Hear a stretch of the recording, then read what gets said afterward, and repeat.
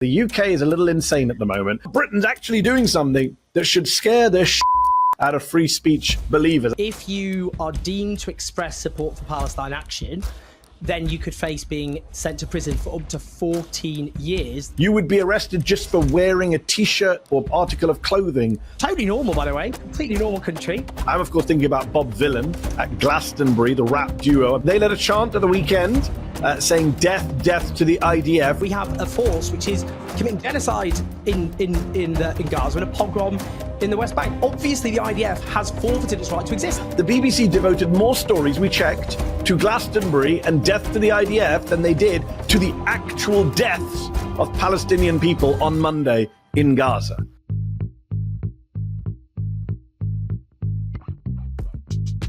I'm Mehdi Hasan. I'm Owen Jones. And we're Two Outspoken. Owen, good to see you, long time. It's been a while, buddy. Obviously avoiding me. Not the only one in the world, so don't worry about it. I haven't taken it personally. No, don't take it personally. Don't take it. I'm avoiding lots of people. No, I'm not. It's just craziness of where I am in the US. I like to tell people when I see people from abroad, the US is crazy right now. The news here is insane. But I have to say, the reason I was looking forward to this episode of Two Outspoken is not just because I get to see your lovely mug, but because you could actually say to me, hold my halal beer. The UK is a little insane at the moment. Every day you seem to be someone in the UK, some organization, entity, government, media organization wants to cancel someone, and they seem to want to cancel them for taking a pro-Palestine, anti-genocide stance. Is that fair? Yes. I mean, we're out crazing each other and in a crazy off. Who's more crazy at the moment? Yeah, I mean, obviously, cancel culture. You don't hear much about cancel culture these days, largely because the people who drove it are the ones doing the cancelling. Yes. But when we talk about cancel culture, we mean this actually in a very legal sense, because Palestine Action, which I had to be very careful talking about, Mehdi. Palestine Action, as we speak, they're being discussed in Parliament. What is Palestine Action? Let's just take a step back for people watching around the world. What is Palestine Action? So they're a direct action movement. So what they do is what has led to them being proscribed is some of the activists threw red paint at two military planes. That has led to the government announcing that it will prescribe them as a terrorist organisation in the same bracket as ISIS.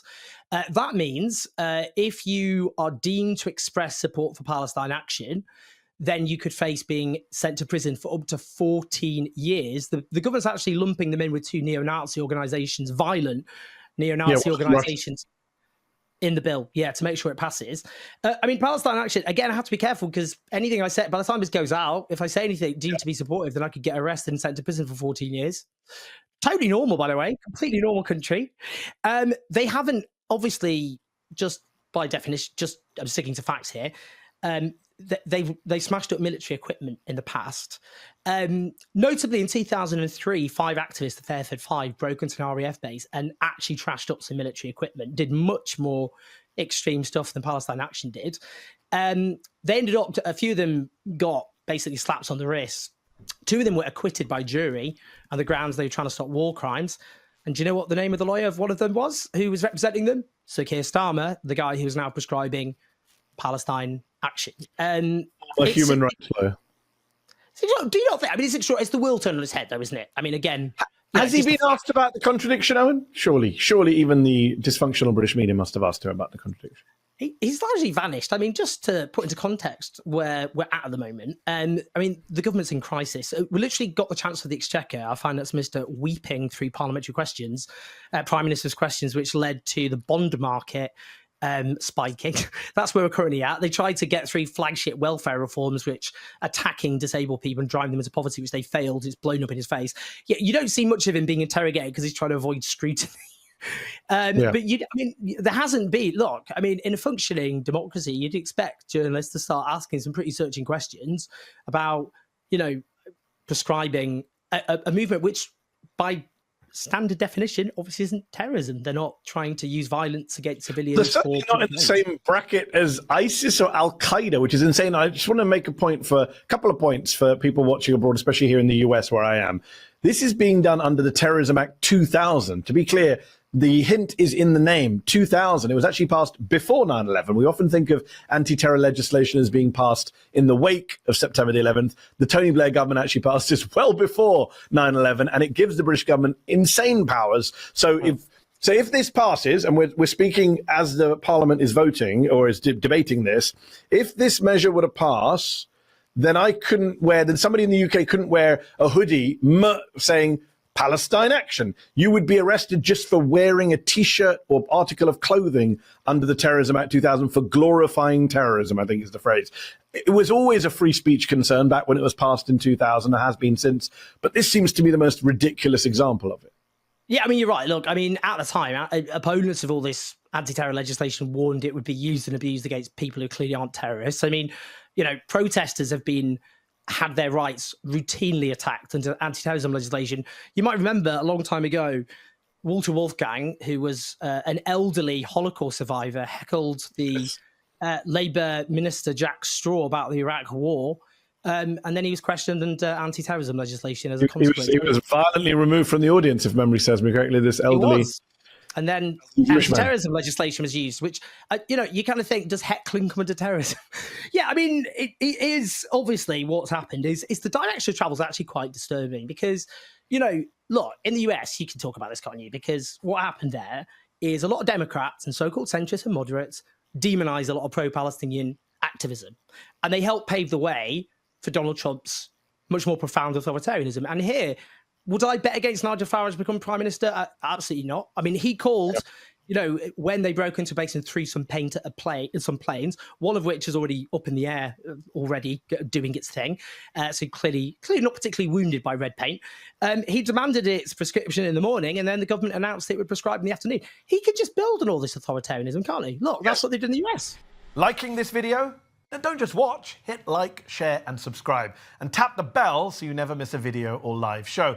But if you want early access to exclusive content, then you have to head to zeteo.com and subscribe now. You'll be supporting fearless, independent journalism.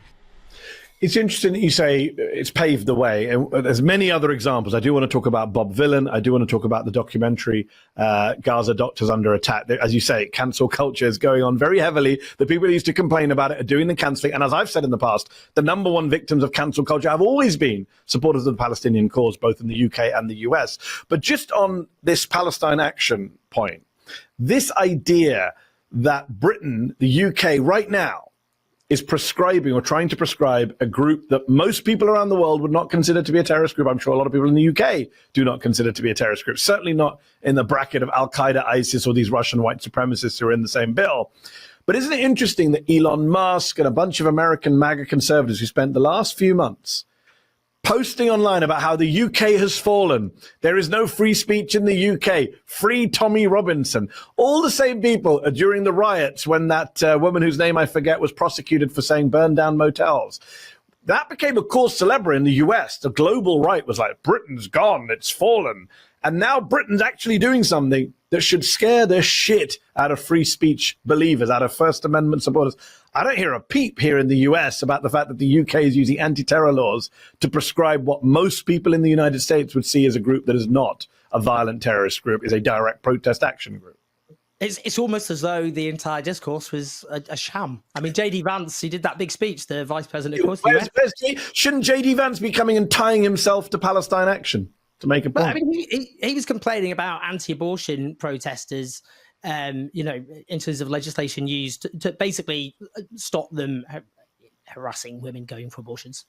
But in any case, whatever you think about that, that's on a completely different level to saying that if you say you support a movement which objectively is not using violence against civilians of any description, but rather spraying paint at planes and that kind of thing.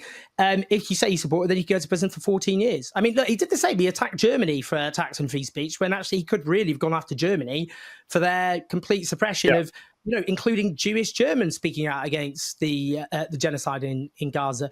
I mean, disproportionately, they've been affected, but they don't care about free speech. I mean, that's the issue. It's not actual interest. So great moment to then talk about the really big free speech story in the UK. There's the Terrorism Act story, which we've talked about. But then there's also the general culture war against anyone who wants to try and speak about Israel, denounce Israel in any language that's not approved of by quote unquote mainstream media, liberal media, whatever you want to talk about. I'm of course thinking about Bob Vylan at Glastonbury, the rap duo. I believe you were at Glastonbury, Owen. They let a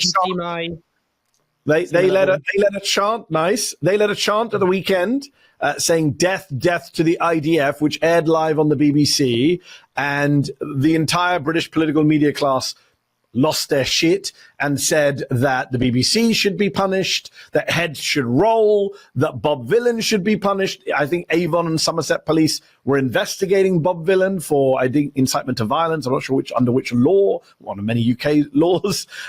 You had people in Parliament talking about banning these things. You had the Conservative Party whipping up hysteria. You had the British Prime Minister. You had the British Culture Secretary, Lisa Landy, doing an entire debate in Parliament. And all the while, the very genocide that the IDF, the Israeli military, is committing, that just gets a pass. What was your reaction to this entire, it's still going on, this kind of hysteria? And by the way, let's throw in the US government here. The Trump administration canceled the visas for Bob Vylan, who were coming to the US for a concert. The same US government, Marco Rubio, who said he's going to punish other countries if they take action against Americans' right to free speech abroad. Mehdi, let's just say it's insane. The whole thing is completely deranged. There was a national firestorm, currently still raging, by the way. It was on the front pages of every single national newspaper, pretty much. You're right. I mean, the Culture Secretary, Lisa Nandy, delivered a statement to Parliament in the sort of tone you might expect to be reserved for, say, if a suicide bomber had just detonated themselves in a shopping mall. I mean, that was the gravity with which she spoke. And the day before this, Haaretz, the Israeli newspaper, had a report about Israeli officers, IDF soldiers and officers, publicly, saying that they had been ordered to intentionally shoot at unarmed, starving Palestinians, over 600 of whom were killed. At 8 points, that's just one crime committed by the IDF. That didn't matter. No parliamentary statements, not splashed on newspaper front pages, not leading to Keir Starmer doing grand, terrible statements and parliamentary debates and all the rest of it. I mean, it brings into sharp relief just how little value is attached, obviously, to Palestinian life. And the fact that the IDF, according to a consensus of genocide scholars, including Israeli genocide scholars, is committing genocide. At the moment, we have a force which is committing genocide in Gaza and a pogrom in the West Bank. Obviously, the IDF has forfeited its right to exist. And if we're talking about Rwanda in 1994, that was a genocide. When the Hutu extremists were murdering Tutsis at the time, I don't think anyone would object to that military force people saying death to it, would they? No, obviously not. But there's a path given to the IDF.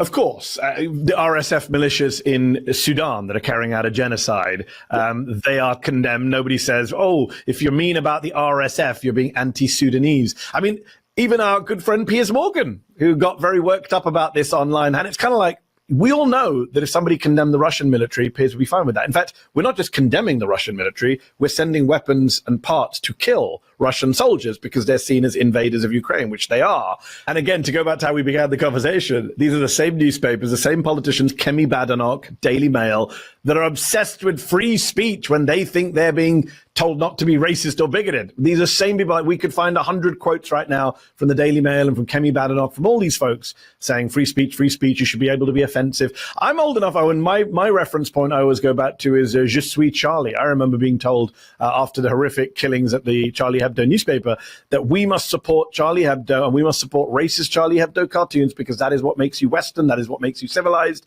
We must support, Muslims need to get thicker skins. It doesn't matter if Charlie Hebdo does horrific cartoons. And yet, here we are years later, anytime anyone says something anti-Israel that's seen as beyond polite discourse, because let's be honest, death to the IDF, it's not a normal criticism of Israel. It was clearly something that was provocative, but they can't handle it, right? The free speech warriors go nuts. By the way, just returning to the point about the lies, I mean, the BBC called it an anti-Semitic statement in their own defensive PR statement they put out. Andrew Neil called it death to the Jews. Given the UK is a country where you get prescribed for direct action at military bases, and it's a country, as you well know, with crazy libel laws, shouldn't they just sue everyone now? Because they'd have a pretty good case. They're on tape not saying death to the Jews and not saying anything anti-Semitic. Yeah, I mean, Andrew Neil said even the Nazis didn't chant death to the Jews at their rallies. Do you really, honestly, and where are we heading here? We're literally ending in a situation where we're saying someone chanting death to a foreign military force killing, which is committing genocide, that's worse than the Nazis. Listen to the discourse and how insane it is. That we've done a lot of normalizing of Nazis since October the 7th. I remember the Douglas Murray column in the Jewish Chronicle of all places, where he said, well, at least the SS, they didn't enjoy themselves when they were killing Jews, which is not true, in order to try and make the Palestinians and Hamas be sound worse than the Nazis. I would say this, though, and I do think this isn't just some spontaneous, as you and I both know, shock at comments at Glastonbury. This is a deliberate strategy to distract from the genocide in Gaza. It's a deliberate strategy for everyone who's had to shut up for the last few months as things have become intolerable in Gaza. The same people who were loudly defending the Israeli military have gone kind of quiet in recent months because no one can defend the starving of children and the denial of diapers and nappies going into Gaza. So you had a lot of the pro-IDF Western liberal folks go quiet. And then this happens, and I think they see it now as an excuse to go, oh, now I can speak out. Now I can come out and be anti the Israeli military folks. I don't have to defend Israel. I can just criticize these folks for going too far in their criticism of Israel. It's a kind of release mechanism. But that's what it's a strategy, isn't it? You're absolutely right, because you have to turn the world on its head. Because this is a live stream genocide. No crime in history has been so documented as it happened. No crime in history has been so confessed to as it happened. And millions of ordinary people have seen every single day, or can see every single day, the most despicable war crimes and crimes against humanity. Every single war crime and crime against humanity in the book being perpetrated by a military which is armed and backed by the West. Now, the only way you can sustain that, not least given public opinions on our side, if you look at the polling in Britain and even places like Germany and all the rest, and the US, people object very strongly to what Israel is doing. They think Israel's committing war crimes. The overwhelming majority in this country want an arms embargo and Benjamin Netanyahu to be arrested. The way of stopping people's will from being acted on is to relentlessly demonize the all too few people with a public platform who actually speak out, to terrorize other people into not speaking out because they will suffer consequences, and prevent the people who have actually supported one of the worst crimes of our age from facing accountability. And the only way you can do that is by drowning out the reality of what Israel is doing, which is a genocidal campaign of extermination, and to turn, instead of having to deal with the actual evidence presented by people like ourselves, is just to turn us into the hateful, dangerous extremists who are the real menaces, rather than the people who should be scrutinized, which are the people who have armed and backed this. But you know what, Mehdi? I don't really think about this. I think people need to be very clear about this. There is going to be a reckoning one day. I think this crime is too extreme and too shameless. And those people at the moment are trying to get everyone arrested and deplatformed, their careers and reputations destroyed for speaking out. Those are the people who are going to end up having to be held to account. And I think deep down they know it. And I think that's actually why they're acting on what is a deep down terror at what they have done. They're in too deep. Everyone look over here, don't look over there. You got I think the Daily Express, another right-wing British paper, had a headline saying the BBC Director General must go. And it was a quote from the Deputy Israeli Foreign Minister. Why is a British newspaper allowing a foreign government official from a government that's been accused of genocide and wanted for war crimes? Why is he allowed to say the BBC? Why are we allowing foreigners to say that the head of the BBC should quit? By the way, the same government which uses much worse, much more genocidal rhetoric than a rap duo in Glastonbury. You have Israeli ministers saying all sorts of shit about killing everyone in Gaza, depopulating Gaza, ethnically cleansing Gaza. You have the president of Israel saying there's, it's not just one, it was an entire nation that was guilty, or what was it that he said. You have the deputy speaker of the Israeli parliament saying burn down Gaza. We know the genocidal rhetoric, the South African government documented it in their complaint to the ICJ. We know that the genocidal rhetoric coming out of Israel is on a level we haven't seen before. And yet again, look at the coverage given to Glastonbury versus the coverage given to Israeli ministers. There was a song in Israel last year that went to the top of the charts, which threatened Bella Hadid and Dua Lipa with death. We have mobs marching through Jerusalem regularly chanting death to the Arabs.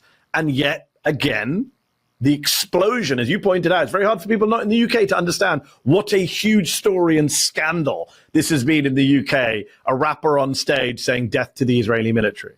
But you know what? The day before Bob Vylan did that chant, which other people in the audience joined in, the National Security Minister of Israel Ben-Gvir publicly declared that all aid to Gaza must be permanently ended. Now, the difference between that statement, which got almost no coverage at all, and the slogan of a rapper on stage and his audience is backed up with actual consequences and firepower. Like, if they have deliberately starved the people of Gaza, that is the linchpin, by the way, of the arrest warrants issued by the International Criminal Court against Benjamin Netanyahu and his former defense minister. You would expect those charges to be expanded pretty dramatically. We won't know that now because the ICC has ordered that any future charges must be in secret. They don't have to be made public. But in any case, they have deliberately started. We know these aren't empty threats, not bluster. They're not just like venting here. They're acting on what they're doing. And Ben-Gvir has pushed for that. Smotrich last month, I mean, look, the endless genocidal statements. He said, by the time we're finished, Gaza will be entirely destroyed. And let's be honest, they're pretty much there anyway. They've wiped, in the words of Donald Trump, a civilization in Gaza has been wiped out. So the fact is, these statements are actually based in reality, and yet the British media and the Western media have not only failed, they've either buried these statements, they haven't covered them, and they certainly haven't framed their coverage about Israel's intent around these statements, because they were always the best predictors of what Israel has gone on to do. This is the gaslighting, and people getting angry because what was in the hearts of the people chanting it? Was it hatred of Jewish people? No one actually thinks that. What the actual in their hearts was, I am really angry and upset at having to spend 21 months of watching daily despicable atrocities. My politicians and media outlets are not sharing my outrage. Instead, they're arming and whitewashing these crimes. This is ridiculous. The world has gone insane. If you don't, it's really simple, right? If you don't want people chanting that at Glastonbury, I think it'd be better to live in a world where we don't have to chant death to anyone, right? But if you don't want people to be angry about a foreign, brutal, genocidal military, maybe you should stop that foreign, genocidal, brutal military from doing its crimes. And yet, on the Monday after Glastonbury, the Israelis carried out one of the worst massacres they've carried out in weeks. They bombed a seaside cafe. They killed 23 people there, including journalists. They bombed, 30 people at the cafe, another 23 Palestinians trying to get food aid, over 70 people just on Monday. I mean, that's one day. Since then, many more have been killed. But isn't it ironic to spend the weekend saying, you can't say this about the IDF, and then on Monday, the IDF go and kill loads of civilians, therefore making the point of the protesters and the musicians in Glastonbury. And that coverage, by the way, I think it's fair to say, and it's not just about the right-wing media. That's what's so tragic about this entire story. The BBC is one of the villains of all of this in terms of its coverage of Gaza. The BBC devoted more stories, we checked, and more words to Glastonbury and death to the IDF than they did to the actual deaths of Palestinian people on Monday in Gaza, which I think is unforgivable, inexcusable, racist. And the BBC has failed time and again. And I can say this, we're taping this on the day where this evening we're going to be airing globally the documentary Gaza, Doctors Under Attack from Basement Films, which Zateo has acquired global rights for. Channel 4 will be airing it in the UK at 10 p.m. This was a film that was supposed to go out on the BBC ages ago, Owen, ages ago. And the BBC sat on it. They refused to air it. They said, we're investigating another documentary that they got pressured for by the pro-Israel side because a child in that documentary was seen as biased because his father was a junior official in the government in Gaza. Therefore, everyone in that film is now Hamas. They didn't air this film, which was a meticulous, well-documented investigation, as people will see today, of the systematic attack on Gaza's healthcare system, the destruction of hospitals, the attacks on paramedics and ambulances, the killing and torture of doctors. And they just said to Basement Films, you know what, we're not going to air it anymore. We think that if this is what they said in their statement, we think if we air this, there will be a perception of partiality. Oh, the irony. Like, there's no words left when, there will be a perception of partiality that you're pro-Israel. But that's exactly why over 100 BBC journalists today have signed a statement, which has just been released. I signed it as well as, they asked for the journalists publicly to sign it. And these BBC journalists have signed a letter which condemns the BBC for doing PR for Israel and for anti-Palestinian racism. Because you're right, there was a documentary narrated by a child whose father was actually basically a technocrat, by the way, deputy minister of agriculture, a technocrat, who the child didn't write the words. The words were written on his part. It was a narrator. That was the point. So it's completely irrelevant. That was one documentary, the one sole documentary, which actually humanized Palestinians and showed the objective reality, the hideous and undeniable and incontrovertible grotesque reality that they've been subjected to, and that was driven off the air. This one, which is about, as the UN report last year said, there had been a deliberate campaign to destroy the healthcare system in Gaza. Yes. They said it was part of the war crime of extermination. Over 1,400 Palestinian medics in Gaza have been killed since 7th October. That is more than, just medics is more than the entire total of people killed on the 7th of October. Over 1,400 medics, doctors, nurses, you name it. Every single hospital attacked, most of them destroyed. Doctors and remaining doctors, surviving doctors and nurses, as their relatives are butchered, as every day they know could be their last, as they're starved and all the rest. To show the actual objective reality, that documentary went through every possible check. There was no factual errors identified of any description.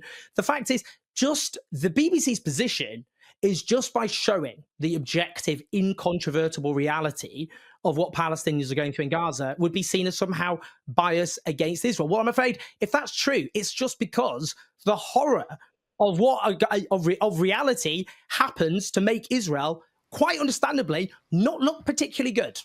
Yes. The facts are anti-Israeli now. That's the Orwellian world we live in now. So the BBC, this objective broadcaster with high editorial standards, can't air a film that cleared much of its own standards process and editing process. They're now claiming, it's not the same film, but much of it is the same film. It is going out tonight on Channel 4 in the UK at 10 p.m. But watch it at Zeteo. We have acquired the rights because I knew, Owen, that this film had to be seen by the world. One of the reasons I founded Zeteo was to give a platform to voices who are being marginalized by mainstream media. The irony is Basement Films is a very respected mainstream media organization run by a guy who used to run Channel 4 News. They've won Oscars and Emmys, the people who made this film. But because if this had been a film about Russia and Ukraine, it would already be out on the BBC right now. But because it's about Gaza, as you say, we just can't air it, because just to air it would be biased. And by the way, on the subject of bias, because you and I have talked about this for years, the BBC actually has quite a centrist or centre-right bias, but the Tories for years have claimed it's lefty. The BBC internalizes that criticism and then goes more and more to the right. It's a deliberate strategy from the right. It's called playing the refs.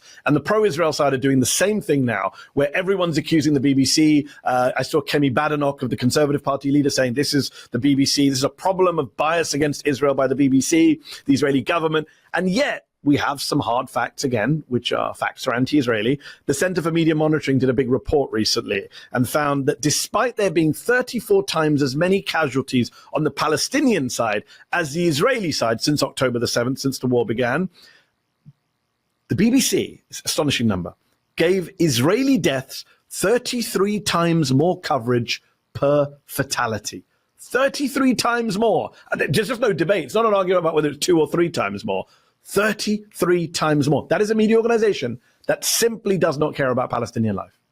And it showed as well that there were far, far fewer Palestinian guests.